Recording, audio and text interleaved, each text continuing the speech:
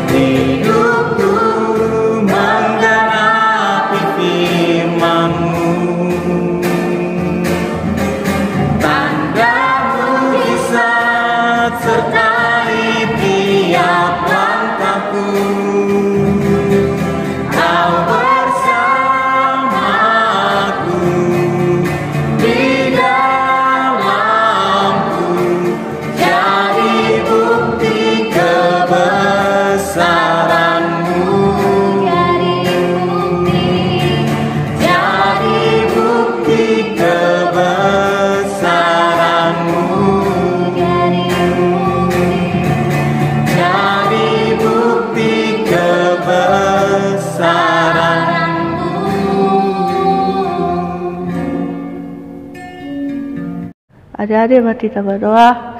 Tuhan Yesus yang baik, Tuhan kami sudah memuji terbesar Tuhan, kami di besar Tuhan, dan mata benar firman Tuhan pada hamba-Mu yang harus disampaikan. Terima kasih Tuhan Yesus, kami sudah berdoa. Haleluya. Amin. Shalom adik-adik kelas tunas remaja dan adik-adik kelas pelajar yang dikasihi Tuhan Yesus. Selamat pagi, selamat menikmati berkat Tuhan di pagi hari ini. Nah adik-adik, tadi kita sudah sama-sama memuji dan mempermuliakan nama Tuhan Allah.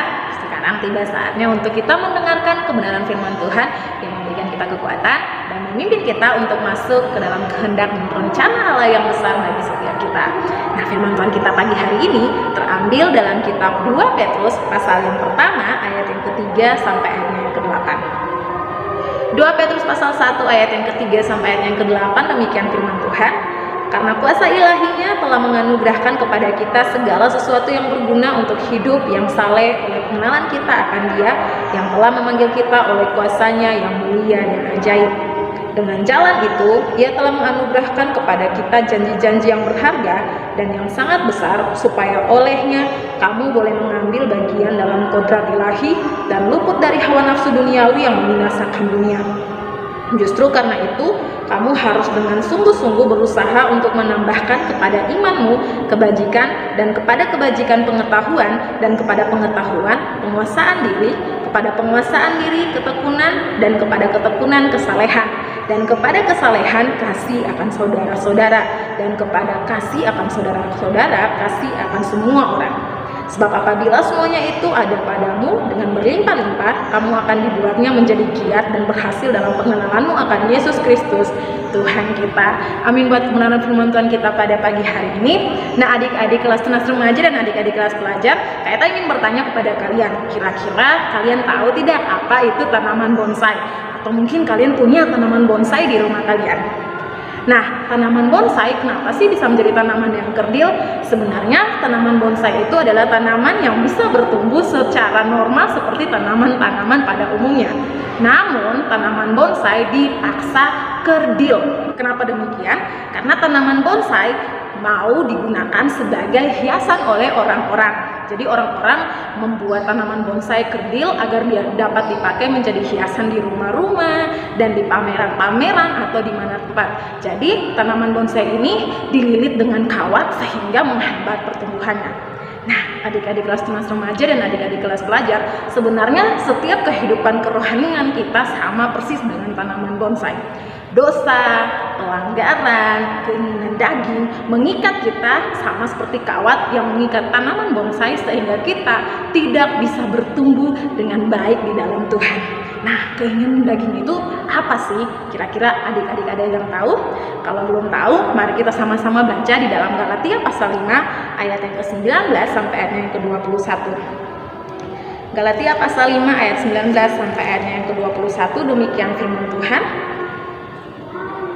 Perbuatan daging telah nyata, yaitu percabulan, kecemaran, hawa nafsu, penyembahan berhala, sihir, seteruan, perselisihan, iri hati, amarah, kepentingan diri sendiri, percideraan, roh pemecah, kedengkian, kemabukan, pesta pora, dan sebagainya.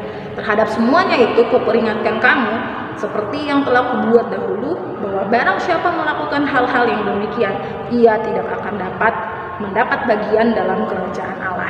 Nah adik-adik, kalau kita masih saja hidup dalam perbuatan-perbuatan daging, kita tidak akan mendapat bagian dalam kerajaan Allah. Bagaimana agar rohani kita dapat bertumbuh dan menjadi bagian dari kerajaan Allah? Maka kita harus melepaskan kehidupan yang masih saja ingin tunduk dengan perbuatan-perbuatan daging yang seperti kayak kita sudah bacakan tadi. Nah adik-adik kelas tunas remaja dan adik-adik kelas pelajar, setiap kita harusnya bisa melepaskan diri kita dari keinginan-keinginan daging dengan pertolongan dari Tuhan. Tapi terkadang kita selalu berpikir bahwa kita mampu menolong diri kita sendiri dan kita tidak butuh Tuhan untuk menolong kita. Padahal firman Tuhan sendiri katakan bahwa kita lemah, kita manusia yang sangat lemah, dan kita gampang sekali tergoda untuk melakukan dosa dan pelanggaran. Untuk itu, karena Tuhan tahu kalau kita ini adalah manusia yang lemah, maka Tuhan memberikan Roh Kudus bagi setiap kita untuk memimpin kita masuk ke dalam kehendak dan rencana Allah. Roh Kudus yang dikaruniakan oleh Tuhan bagi setiap kita, memimpin kita untuk melakukan hal-hal yang benar, yang sesuai dengan kehendak Tuhan, sehingga kita tidak lagi tunduk pada keinginan-keinginan daging yang ada dalam kehidupan kita. Nah, di sini pasti adik-adik sudah tahu ya, apa sih kuncinya agar kita bisa terlepas dari setiap keinginan-keinginan daging dalam kehidupan kita, setiap belenggu-belenggu dosa yang mengikat kehidupan kita dan membuat kita tidak bisa bertumbuh secara rohani. Yang pertama, kita harus hidup bersandar pada Roh Kudus. Kalian pasti selalu mengingat bahwa Pak Abraham sering mendoakan agar kita semua penuh dengan Roh Kudus. Ini sangat penting. Karena Roh Kudus memiliki tugas untuk menolong kita, memimpin kita masuk ke dalam kebenaran. Roh Kudus yang akan mengingatkan kita, menegur kita, menasehati kita ketika kita melakukan sesuatu yang salah. Roh Kudus yang akan memimpin kita untuk melakukan kebenaran yang Allah ingin kita lakukan sebagai anak-anaknya. Jadi sangat penting bagi setiap kita untuk hidup bersandar sepenuhnya pada kuasa Roh Kudus. Kita sangat berharap adik-adik kelas remaja dan adik-adik kelas pelajar, kalian hidup bersandar pada kuasa Roh Kudus. Undang Roh Kudus masuk di dalam hatimu dan memimpin seluruh kehidupanmu. Ketika Roh Kudus ada dalam hidupmu, maka kamu akan mampu melakukan hal-hal yang sesuai dengan kehendak Allah. Kamu akan dipimpin untuk melakukan segala kebenaran. Kamu akan diinsyafkan pada segala dosa yang kamu miliki. Roh Kudus akan mengingatkan kita dan menolong kita untuk mengenal kehendak dan rencana Allah. Jadi ini sangat penting bagi setiap kita. Yang kedua, kamu harus memiliki rasa takut akan Tuhan dalam hidupmu. Ketika kamu takut akan Tuhan, kamu akan berusaha sedemikian rupa untuk menjaga hidupmu agar kudus dan berkenan di hati Tuhan. Ini penting bagi setiap kita. Kalau kita memiliki rasa takut akan Tuhan dalam hidup kita dan kita sadari dengan sungguh bahwa Tuhan melihat setiap kehidupan kita, Tuhan melihat pikiran dan hati kita, maka kita percaya bahwa kita akan berhati-hati dalam melangkah. Karena Tuhan adalah Allah yang kudus. Allah yang kudus tidak ingin sesuatu yang tidak kudus ada di dekatnya.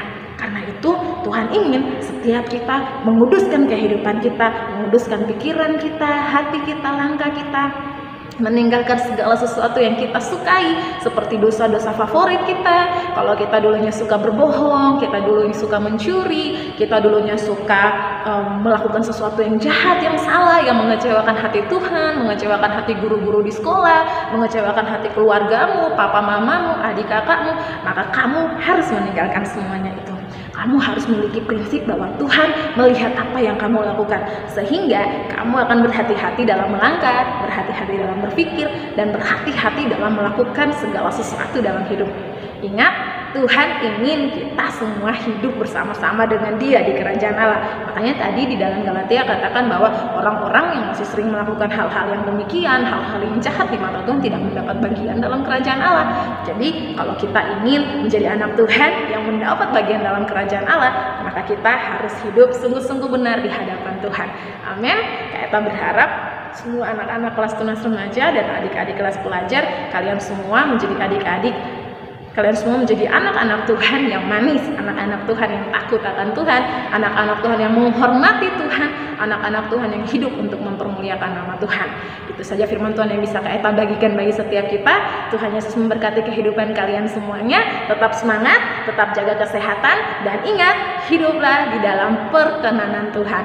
Tuhan Yesus memberkati. Kita doa Bapa kami, 2, 3. Bapa kami yang di surga, dikuduskanlah namamu, datanglah kerajaanmu, jadilah kehendak-Mu di bumi seperti di surga. Berikanlah kami hari ini makanan kami yang secukupnya, dan ampunilah kami kesalahan kami, seperti kami juga mengampuni orang yang bersalah kepada kami. Dan janganlah membawa kami ke dalam cobaan, tapi lepaskan kami dari yang jahat. Karena Engkau yang dunia, kerajaan, kuasa, dan kemuliaan sampai selamanya. Adik-adik, ibadah kita untuk kelas tunas remaja dan pelajar sudah selesai. Minggu depan kita akan berjumpa lagi dalam ibadah-ibadah yang baru. Kita beribadah serta bertumbuh bersama-sama. Tuhan Yesus memberkati. Shalom.